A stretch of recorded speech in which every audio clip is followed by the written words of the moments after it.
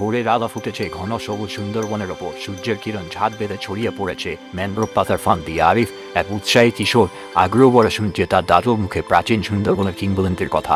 দাদু একটি পুরনো বিবর্ণ মানচিত্র বের করে দেখাচ্ছেন, যেখানে গভীর জঙ্গলের মাঝে একটি রহস্যময় ল্যাগুন। রাত নেমে এসছে, আকাশ ভরা তারা। আরিফ ঘুমোতে পারছে না, শুয়ে সে স্বপ্ন দেখা এক অভিযানের। ভোরবেলা আরিফ একটি ছোট্ট নৌকা তৈরি করেছে, সঙ্গে নিয়েছে একটি ল্যাম্প ও খাবার দাবার।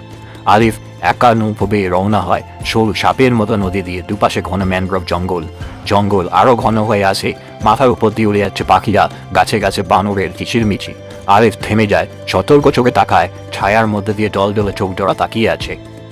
নদী খুঁড়ে গিয়ে দেখা দেয় এক ঝলমলে ল্যাগুন। নির্জন জলের আয়নায় প্রতিফলিত হচ্ছে আকাশ। গাছের ছায়া থেকে বেরিয়ে আসে এক রাজস্বিক বাঘ, চোখ দূরে জল করছে। সে দাঁড়িয়ে ল্যাগুনের ধারে। আরিফ শ্রদ্ধা ভরে নত হয় তার সামনে। ভয় আর বিস্ময় মিশে আছে তার মুখে। বাঘের জ্বলন্ত চোখ, ভেতরে কণ্ঠে আরিফের মনে প্রতিধ্বনিত হয় প্রশ্ন, তুমি কেন এসেছো? আরিফ জানায় সে সুন্দরবনের রহস্য জানতে চায়, তার গল্প শিখতে চায়। বাঘ মাথা নেড়ে সম্মতি দেয়। আরিফকে নিয়ে হাঁটতে শুরু করে ল্যাগুনের পাশ দিয়ে জঙ্গলের ভেতর। তারা পৌঁছায় প্রাচীন পাথরের ভাস্কর্যের সামনে, যেখানে খোদাই করা আছে প্রকৃতির সাম্য আর সহাবস্থানের গল্প। আরিফ সেই খোদাই ছুঁয়ে দেখে, বিমুগ্ধ হয়ে যায় জটিল চিহ্ন দেখে। বাঘ ব্যাখ্যা করে, মানুষ বনকে সম্মান করতে হবে, রক্ষা করতে হবে। সুন্দরবন কিভাবে সজীব ও সমৃদ্ধ ছিল যখন মানুষ প্রকৃতির সঙ্গে মিলেমিশে বাস করত। যখন মানুষ ভারসাম্য নষ্ট করে, তখন তা কিভাবে ধ্বংস হয়ে নেমে আসে। বাঘ আরিফকে একটি জলজলে ম্যানগ্রোভ পাতা দেয়, যা তার রক্ষার প্রতীক। আরিফ কৃতজ্ঞতার সঙ্গে সেই পাতা গ্রহণ করে, বন রক্ষার অঙ্গীকার করে সে। বাঘ নীরবে ম্যানগ্রোভের ছায়ায় মিলিয়ে যায়।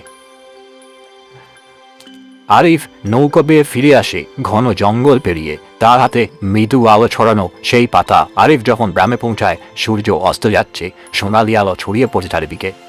আরিফ দাদু আর গ্রামের প্রবীণের কাছে ফিরে আসে, শোনায় তার শিখে আসার গল্প আর শিক্ষার কথা। গ্রামবাসীরা একত্রিত হয়, অনুপ্রাণিত হয়, প্রতিজ্ঞা নেয় বনকে রক্ষা করার, প্রকৃতির সঙ্গে বাসার। আরিফ তার জানলার ধারে সেই জল জুড়ে পাতা রেখে দেয়। পাতাটি নরম আলোয় জলগাল করে।